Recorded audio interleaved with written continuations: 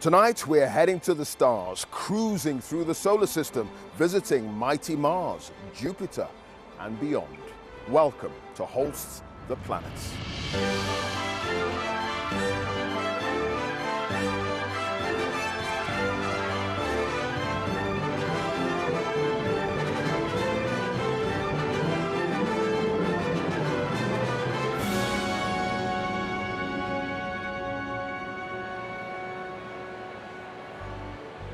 Good evening and welcome to the Royal Albert Hall. Tonight we've got mythology, we've got astrology and much more.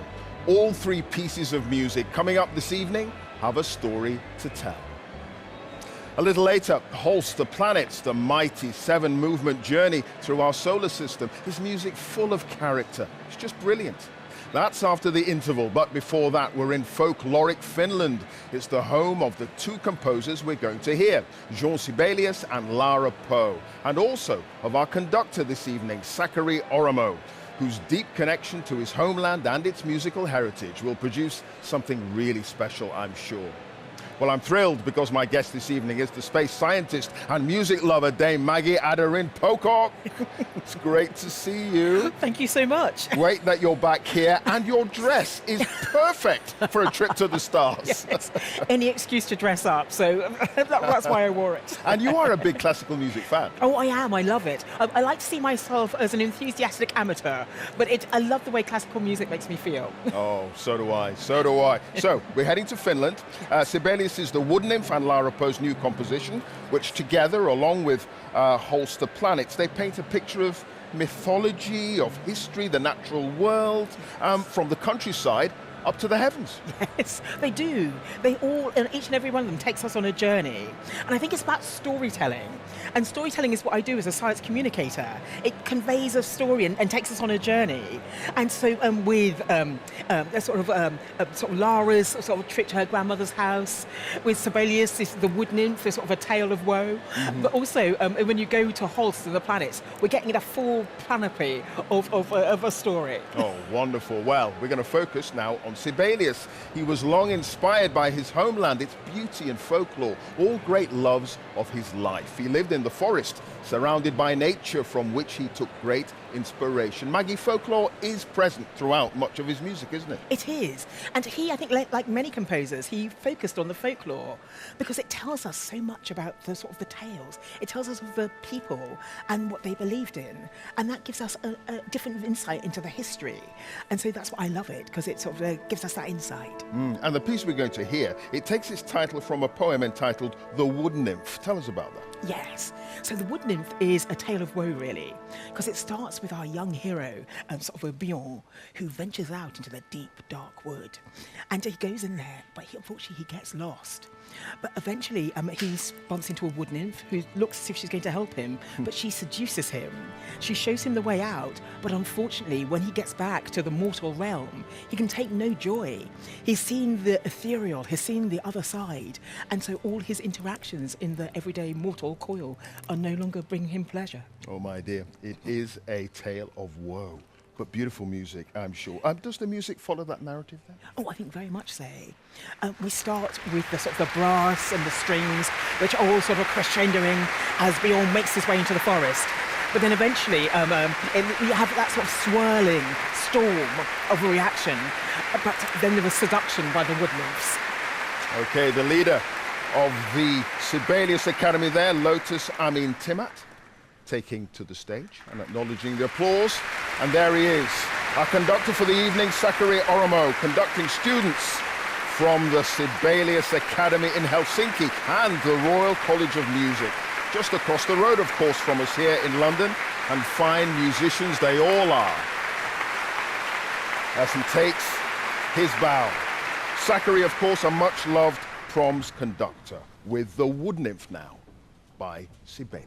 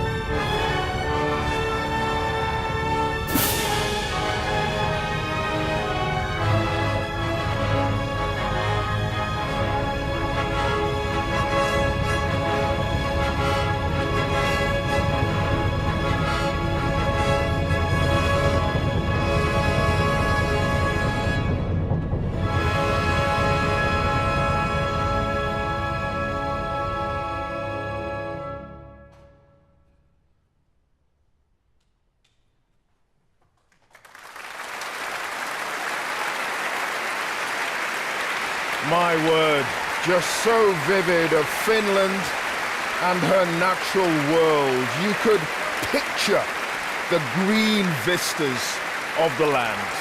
Sibelius' Wood Nymph, a journey into the heart of Finnish folklore, a place where nature is alive with stories. Sakari Oromo there, and the Sibelius Academy. And the Royal College of Music too, all on their feet. Absolutely wonderful. Maggie, I was transported into the forest, got lost a few times, found my way back on the track. I mean, those lush horns and the brass and the strings, that was the countryside. It was evocative, it's great passion. It was amazing. It really, really was. Well, still to come in about 30 minutes' time, Holsts, The Planets Take Center Stage. But first, a new commission by a wonderful composer, Lara Poe, who's written a song cycle, Songs from the Countryside, performed by the soprano Anu Komsi. Now, Lara is Finnish-American, and like our conductor, Sakari has a strong love for her Nordic roots that are evident in this work, making her the perfect companion for Sibelius tonight. The piece is inspired by her grandmother's story of growing up on a farm in Finland, and the lyrics are excerpts from their conversations about the animals and their personalities, as well as the arrival of evacuees at the farm during the Second World War. It features a traditional Finnish cowherding call, folk music, and unique storytelling across 2 generations.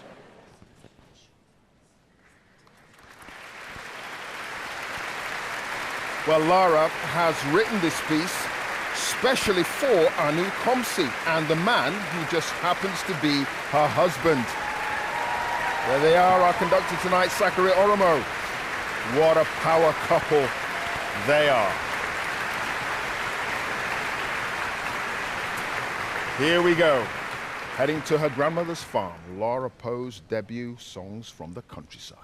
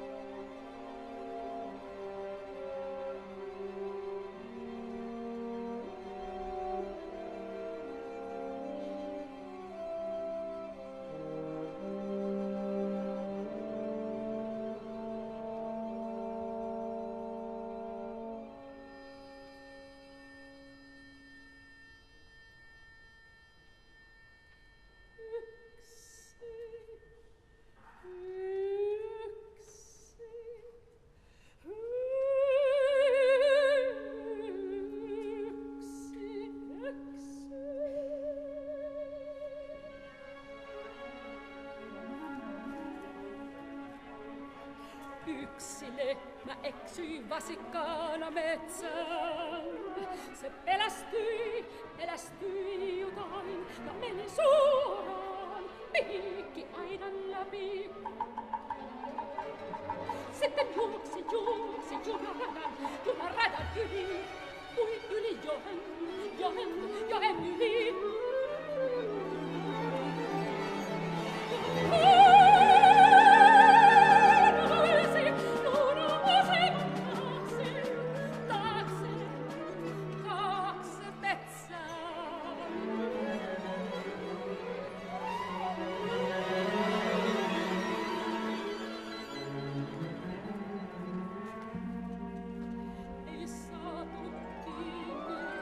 Koko kesän varmaan söi marjoja.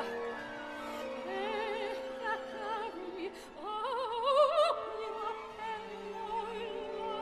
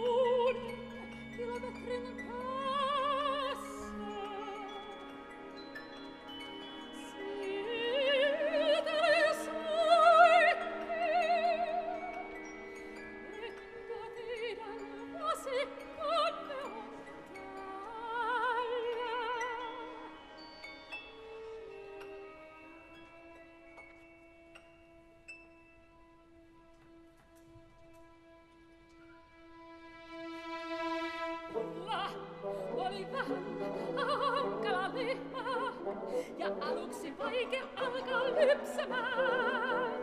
Vissin potki, ei hänellä huiski. Vissin potki, ei hänellä huiski. Se yksikseen aina yhtäkkiä nosti päänsä, ja sitten se lähti. Silloin veljeksillä Ekolla ja Matilla tuli hommaa. Niillä oli pieniä kivikasoja, kun oli paimenessa, kun näki, että Ulla oli lähtemässä. Heitti kivään Ullan eteen. Sinne se kääntyi. Se kääntyi.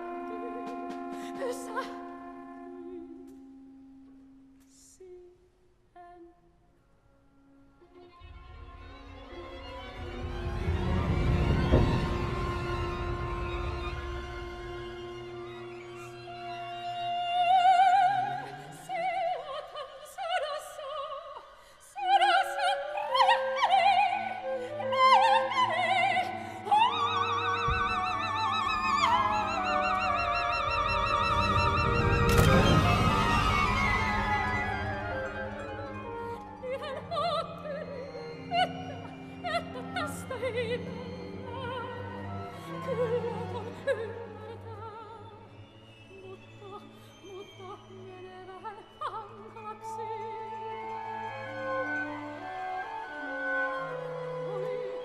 Oli aika turha lähteä esimerkiksi joen toiselle puolelle.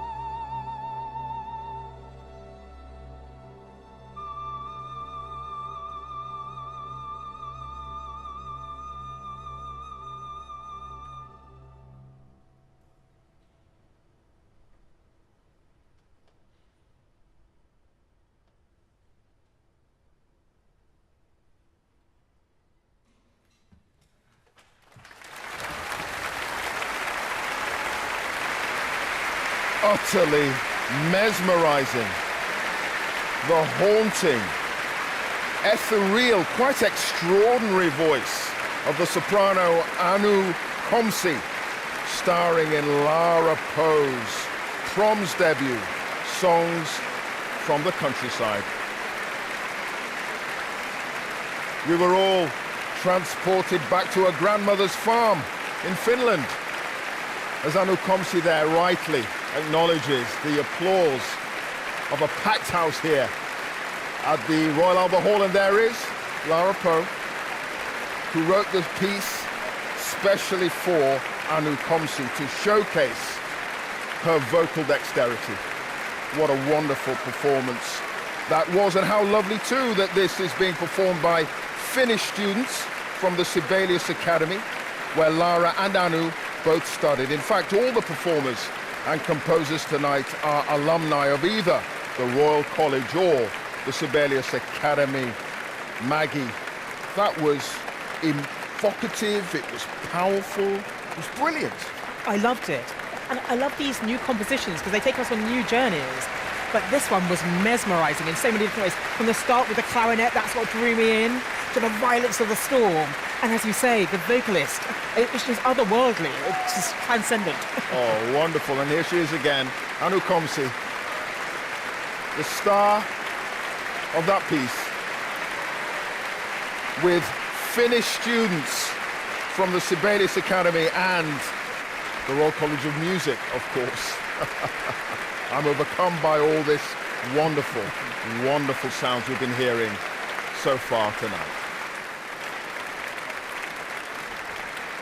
Now, we're counting down to liftoff, and Holsts, the planet's a 7-movement masterpiece in which he depicts each of the characteristics of the planets as he saw them. Now, Maggie, it's important to separate your knowledge of the planets and the solar system and the heavens and the stars based on your work and your academic field and what Holst himself would have understood. What would he have known of the planets back in 1914 when he wrote this? Yes. So if he had stepped out into his back garden and looked up at the night sky, he would have been able to see the planets that we see.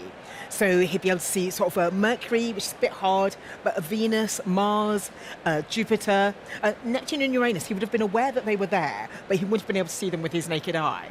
So it's quite interesting to see how our knowledge has evolved, but that's what he would have been able to sort of get access to. But his knowledge was actually based on astrology rather than astronomy, and he was keen on astrology, wasn't he? He was very keen, and this was something that sort of came to him. He was on a holiday in Spain, I think in 1913, and he was introduced to astrology then, and he got quite obsessed with it. So much so, I think it was almost like a guilty pleasure of his. And you can see perhaps astrology sort of gives you an understanding of what's happening here on Earth. So I can see why he might have been drawn in by it. Indeed. I mean, he'd actually read a book entitled What is the Horoscope and How is it Cast by the popular astrologer Alan Leo. There he is, who was the father of modern astrology at the time. And it's Alan's description of the planets that Holst seems to have been drawn to. Yes, and I think that's quite important. So this wasn't an astronomical understanding of the planets. These were the sort of descriptions of the characteristics of the planets. And so you have Mars, god of war, and you can see why you might have thought that. Because if you see Mars just with the naked eye, it has a red tinge to it. And that sort of gives us the feeling of, anger and sort of, a sort of confrontation. And then you have sort of Venus, sort of the bringer of peace. And Venus, when you see it in the night sky, looks absolutely beautiful, like a diamond in the sky, just like Twinkle, Twinkle, Little Star. And so you can see where they might have seen characteristics. So it's not scientific, but it's just sort of getting an interpretation. And they were trying to understand how those characteristics influence people right down here on Earth. And indeed, how did all that influence Holst? Yes. Who's just there, Yes. and his music. Yes. So Holst is, sort of, if you look at his history, he's an interesting character. He went into composition sort of almost against his parents' will, and he was looking for his first big hit. Also, I think people at that time were living in a tumultuous time. The First World War was just brewing. Holst, unfortunately, had many sort of medical ailments, so he couldn't actually join the army. And yes, and so he was looking for his first big hit. And I think he was looking for answers. He was living in a time of uncertainty, and he was looking for answers to be provided by astrology. So it's not surprising that he looked up. Indeed. All right. Well, I'd love to know what Tom Service's take on all of this is, and he's going to look at this magnificent work, planet by planet, movement by movement, and unpack the influences and themes that we can hear in the music. Tom paid a visit to the Great Equatorial Telescope at the Royal Observatory Greenwich in London, which would have been used to observe the planets around the time Holst was composing this piece. This is Tom's musical guide to the galaxy. Holst begins with Mars, the bringer of war.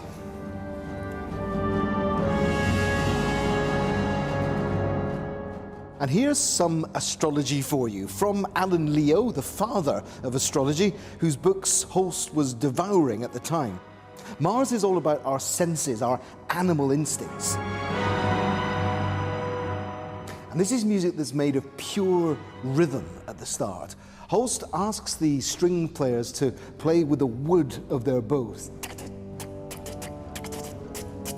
5 beats in the bar. This is an alien, uncanny army that's approaching, the brass blaring and snarling away.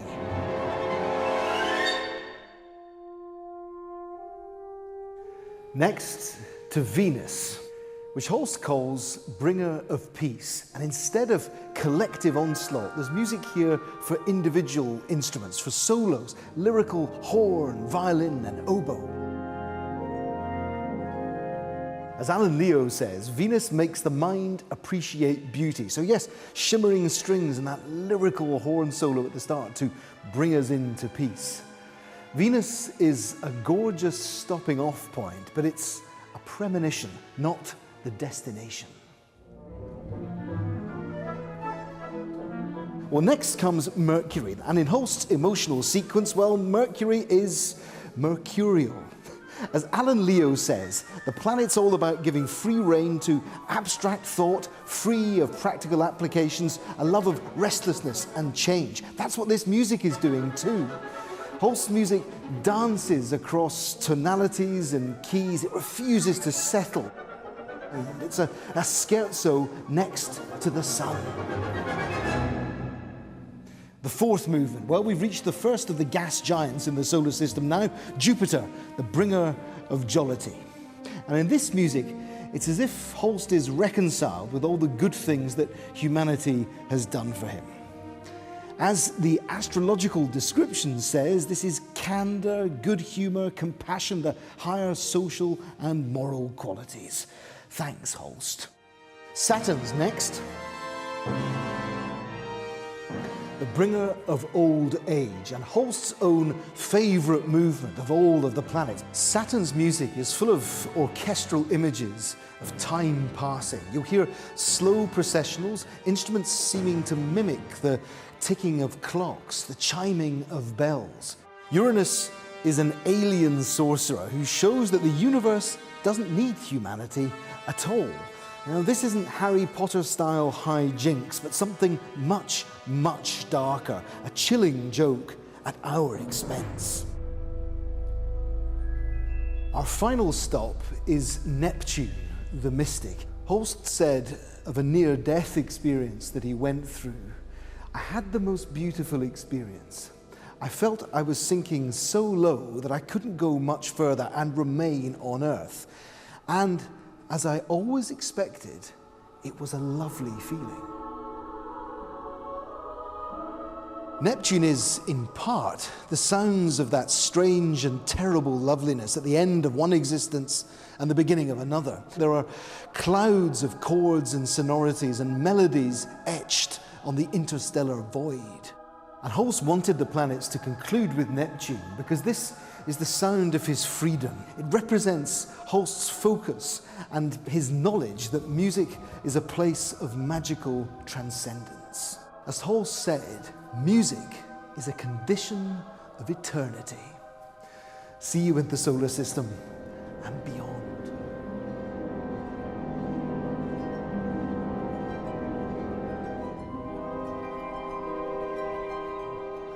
Tom's take, his interpretation, of course, great art is open to all kinds of interpretation, and that's why it's great art, and Holsts Planets is certainly that. But of course, Holst, he could never have imagined men walking on the moon or probes going up to Mars, or even the possibility that there was water on Mars. Yes, and our knowledge has sort of gone on in leaps and bounds since Holst wrote these pieces.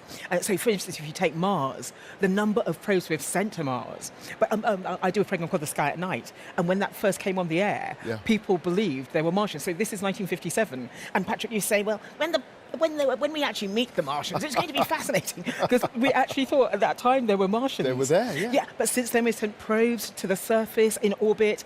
There might be life, or ancient life on Mars, but we haven't found anything sort of concrete and today there. But we know it used to have liquid water flowing over the surface. We see river tributaries and things like that. But Mars has changed over the years, and now it is a cold, desolate place, very different from what Holst was talking about. And what about Venus? Now Venus. Now, many people would have seen Venus because it is like a beautiful diamond in the sky. It's absolutely gorgeous.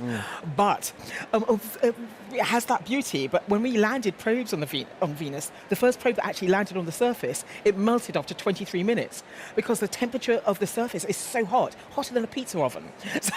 So it was quite a shock. And because it looks so peaceful and serene, and yet it is a hellhole for the likes of you and me anyway. So very different to the idea that Holst might have had, but what about Saturn? Saturn, oh well, Saturn, so the brilliant planet with the rings. Yeah. Now they would have been aware of the rings, but again, we've sent many probes out to Saturn, and there was a brilliant probe called Cassini that orbited Saturn for, I think, good on 20 years. But we also landed on one of the moons of Saturn called Titan. And so we actually have the sounds of what this moon sounds like. Because this moon has an atmosphere, as it fell down through the atmosphere, it sent the recordings of that sound back to Earth. So Holst was writing about the characteristics of of these planets, but we can actually hear what some of the moons of these planets sound like now. We've gone on in leaps and bounds since then. Wonderful, wonderful. Your enthusiasm, your knowledge is infinite. But I wonder, with all that knowledge of the planets now, do you listen to Holst's ideas through his music in a different way? Yes, I do. I think it gives me a different take on it. And I think some of it, I think, Venus is the bringer of peace. And when I think of what's actually on the surface, it seems very different. But at the same time, when I think of how he describes or how he portrays Neptune, Neptune is this ethereal, wonderful, and he talks about his near-death experience. Neptune is at the edge of our knowledge. It's at the edge of our solar system. We've only done flybys for Uranus and Neptune. So I feel that is the edge of our knowledge. And the music invokes that for me. We're going into the unknown realm, and there's so much more to explore.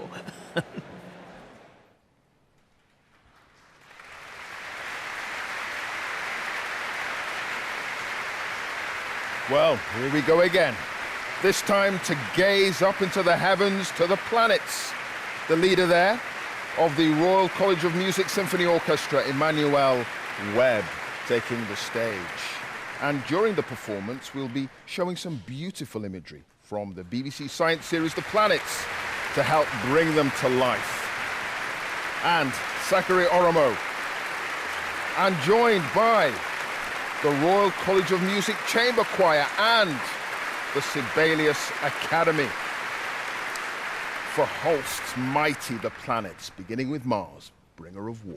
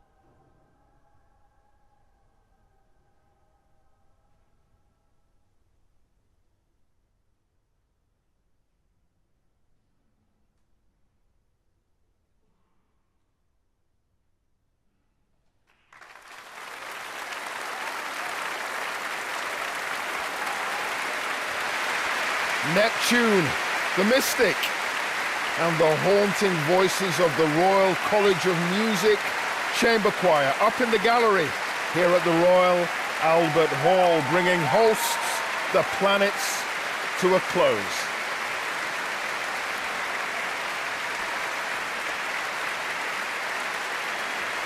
Zachary Oromo also conducting the brilliant students from the Sibelius Academy and the Royal College of Music Symphony Orchestra. Listen to the audience appreciation here. Absolutely wonderful. Maggie, from Mars to Neptune, all points in between, were you transported to the heavens? I was. It was mesmerising, especially Neptune at the end. To me, it sort of just tells me how much we don't know and how much is still yet to explore. So you learned something, really, from all of this, you would say? Yes, and that's what I love. Because we look up at the night sky and we interpret it in different ways. But every culture across the world has looked up and wondered and interpreted. And sort of, and so the more knowledge we get, the more magical it makes it. Oh, well, Zachary Oromo back out again. And all the performers tonight on their feet, along with much of the audience giving a standing ovation. What a night it's been.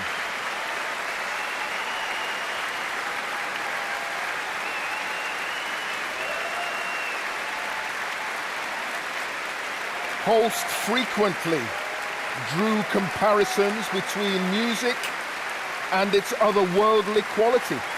He was quoted as saying, "Music, being identical with heaven, isn't a thing of momentary thrills or even hourly cries.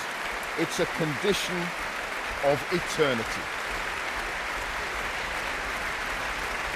The Planets is beloved by the Proms. Some of you might have spotted our opening title music is, of course, Jupiter from the Planets.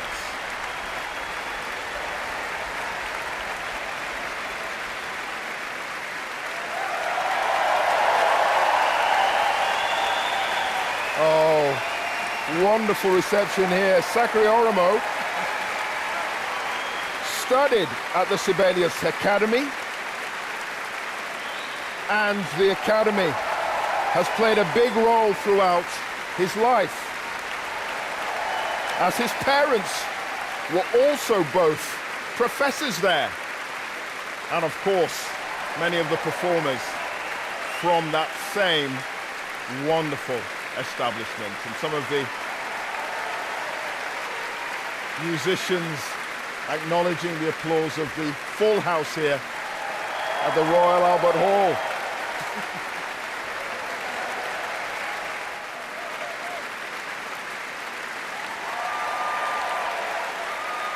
A sort of staggered Mexican wave, I think we're getting here.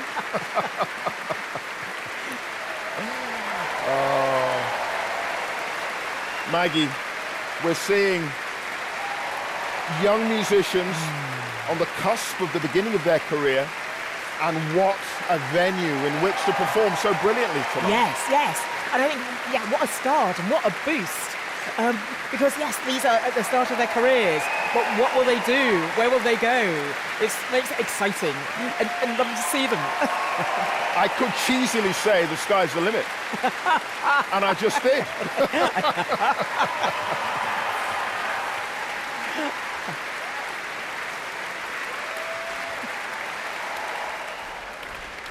Absolutely wonderful. What an evening it's been. Maggie, thank you so much for being here. You are a bringer of insight, intellect, and fun. Thank you so much. But just before we go, we have a surprise for you. Oh. Because a little birdie told us it was your birthday today. And so... Oh. Oh, my word, I don't believe it. Oh, that is so kind. Thank you all. Happy birthday for all of us. Oh, Maggie, thank you so much. And to the team here. What a wonderful team. That's amazing. Oh, look at the planets. They're all there. Well, if you've missed any of our proms, you can catch up on iPlayer and on BBC Sounds. Mozart's Clarinet Concerto, played by Anthony McGill, was a corker. Honestly fantastic. I was here. So just search BBC Proms on iPlayer. Next weekend on BBC4, it's double Beethoven and disco.